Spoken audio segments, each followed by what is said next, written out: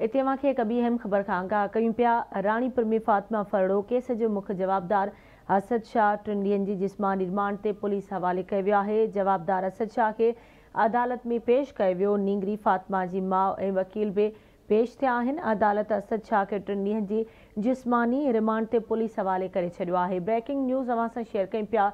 राणीपुर में फातिमा फरड़ो केस जो मुख्य जवाबदार असद शाह 3 ॾींहंनि जी जिस्मानी रिमांड ते पुलिस हवाले कयो वियो आहे। जवाबदार असद शाह खे अदालत में पेश कयो वियो। नींगरी फातिमा जी माउ ऐं वकील बि अदालत में पेश थिया आहिनि। अदालत असद शाह खे 3 ॾींहंनि जी जिस्मानी रिमांड ते पुलिस हवाले करे छॾियो। राणीपुर में फातिमा फरड़ो केस जो मुख्य जवाबदार असद शाह 3 ॾींहंनि जी जिस्मानी रिमांड ते पुलिस हवाले कयो वियो आहे। जवाबदार असद शाह खे अदालत में पेश कयो वियो। नींगरी फातिमा जी माउ ऐं वकील बि पेश थिया।